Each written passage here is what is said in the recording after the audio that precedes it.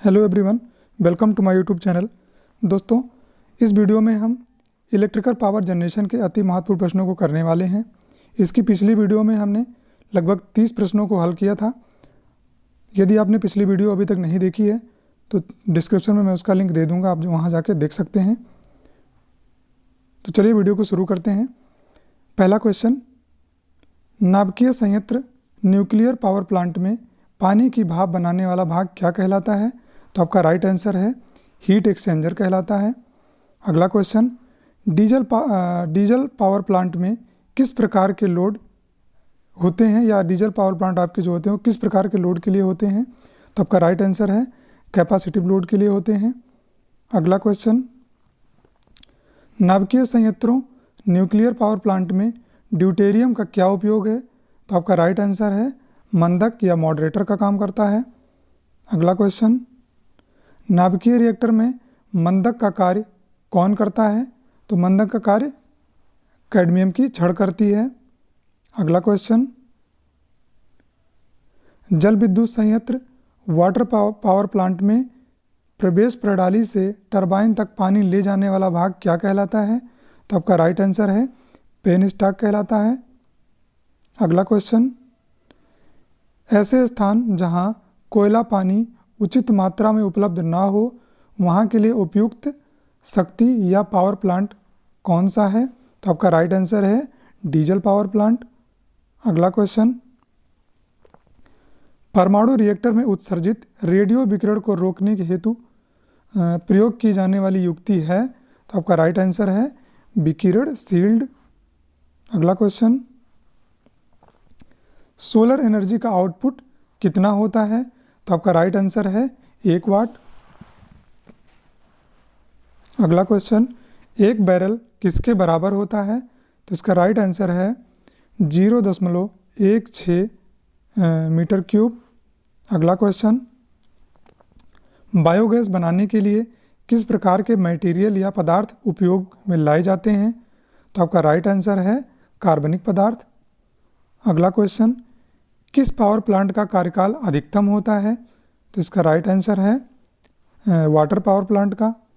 अगला क्वेश्चन, किस प्रकार के ईंधन में विस्फोट की संभावना ज़्यादा रहती है? तो इसका राइट आंसर है लिक्विड और गैस में। अगला क्वेश्चन, किस प्रकार के पावर प्लांट को पूर्ण लोड तक आने में सबसे कम समय लगता है? तो आपका राइट आंसर है हाइड्रोजन टरबाइन।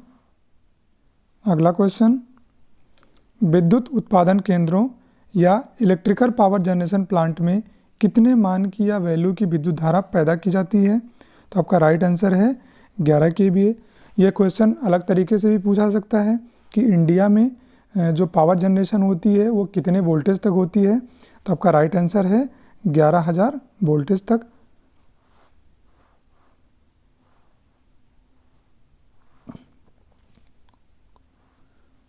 तो आपका इंडिया में जो पावर जनरेशन होता है वो 11,000 वोल्ट ही होता है। यदि हमें इसको कहीं भेजना होता है, ट्रांसमिट करना होता है, तो स्टेप अप ट्रांसफार्मर के द्वारा वोल्टेज को स्टेप अप करके उसे हम लगभग 33 kVA कर लेते हैं। उसके बाद में हम इसको कहीं भी स्टेप अप करके भेज देते हैं और पावर स्टेशनों पे पावर जाने के बाद वहाँ से हमको स्टेप डाउन ट्रांसफार्मर के थ्रू स्टेप डाउन करके फिर पावर डिस्ट्रीब्यूट किया जाता है। अगला क्वेश्चन, तापीय ऊर्जा या थर्मल एनर्जी को विद्युत ऊर्जा में परिवर्तित करने हेतु प्रयुक्त उपकरण या इक्विपमेंट क्या कहलाता है? तो इसका राइट आंसर है थर्मोनिक कन्वर्टर कहलाता है। अगला क्वेश्चन, किसी सर्किट को स्विच ऑफ करने पर स्पार्क उत्पन्न होता है, इसका अर्थ है कि परिपथ में उच्च इंडक्टेंस है।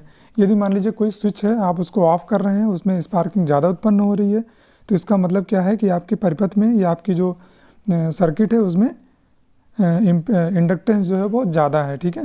अगला क्वेश्चन, आकाशीय विद्युत के कारण अधिक वोल्टेज से सुरक्षा के लिए प्रयोग किया जाता है, तो इसका आंसर है हॉर्न गैप्स या फिर रॉड गैप्स। अगला क्वेश्चन, किस प्रकार के पावर प्लांट का परिचालन मूल्य या ऑपरेटिंग कास्ट सबसे अधिक होता है? तो इसका राइट आंसर है न्यूक्लियर पावर प्लांट। अगला क्वेश्चन, पावर फैक्टर संशोधन के लिए उपयोग किया जाने वाला उपकरण या इक्विपमेंट सदैव किसके समीप स्थापित किया जाता है? तो इसका राइट आंसर है ट्रांसफार्मर के। आपने देखा भी होगा कि कहीं इंडस्ट्री हो या कोई फैक्ट्री हो, उसके जस्ट बगल में ही एक ट्रांसफार्मर लगा होता है। तो उससे क्या होता है कि जो फैक्ट्री या फिर जो भी आपकी इंडस्ट्री होती है, वहाँ पे बड़ी बड़ी मशीनें, बड़े बड़े इक्विपमेंट लगे होते हैं, तो उनका जो पावर फैक्टर है वो लीडिंग और लैगिंग ना हो, इसके लिए जो ट्रांसफार्मर होता है वो बिल्कुल इक्विपमेंट के नज़दीक ही लगा होता है। अगला क्वेश्चन, भारत में स्थापित टरबाइन की अधिकतम क्षमता कितनी होती है? तो आपकी कितनी है? तो आपका राइट आंसर है 750 मेगावाट। अगला क्वेश्चन, मनुष्य के लिए घातक करंट कितनी होती है? तो इसका राइट आंसर है 100 मिली एम्पियर। यदि हम वोल्टेज की बात करें तो 9 वोल्टेज से अधिक जो होता है वोल्टेज, वो मनुष्य के शरीर के लिए घातक साबित हो सकता है। अगला क्वेश्चन, भारत में पावर ट्रांसमिशन की विधि क्या है? तो अपने जो भारत में पावर ट्रांसमिशन होती है, आपने देखा भी होगा 3 फेज 3 वायर से होती है। अगला क्वेश्चन, विद्युत धारा या फिर इलेक्ट्रिकल करंट का अधिकतम मान जो मनुष्य के शरीर को हानि नहीं पहुंचाता है, तो उसका आपका राइट आंसर है 9 मिली एम्पियर। यदि वोल्टेज की बात किया जाए तो 90 वोल्टेज से अगर करंट कम है तो मनुष्य को हानि वो करंट नहीं पहुंचाएगी। ठीक है। अगला क्वेश्चन, भारत में किस प्रकार के शक्ति संयंत्रों या फिर पावर प्लांट का उपयोग सर्वाधिक किया जाता है? तो आपका राइट आंसर है कोयले का, या आप कह सकते हैं थर्मल का भी। ठीक है। अगला क्वेश्चन, कैलोरी किसका मात्रक है? तो कैलोरी ऊष्मा का मात्रक होता है। अगला क्वेश्चन, हाइड्रोलिक ऊर्जा स्रोतों या फिर हाइड्रोलिक पावर प्लांट का उपयोग किन स्थानों पर किया जाता है? तो आपका राइट आंसर है मैदानी और पहाड़ी इलाकों पे। अगला क्वेश्चन, ऐसे क्योंकि क्या होता है कि जो आपके मैदानी और पहाड़ी इलाके होते हैं, वहाँ पे नदियाँ वगैरह, झरने वगैरह होते हैं। ठीक है। तो वहाँ पे हाइड्रोलिक पावर प्लांट का इस्तेमाल किया जा सकता है, इसके अलावा हम लोग कहीं और नहीं कर सकते हैं। अगला क्वेश्चन क्या है? अगला और आखिरी क्वेश्चन है आपका कि सूर्य की सतह का तापमान कितना होता है? तो इस क्वेश्चन का आंसर लगभग सभी को पता होगा, तो नहीं पता तो आप यहाँ पे देख सकते हैं 6000 डिग्री सेल्सियस। तो आज की वीडियो में इतना ही। वीडियो अगर आपको अच्छी लगी हो तो वीडियो को लाइक करिएगा।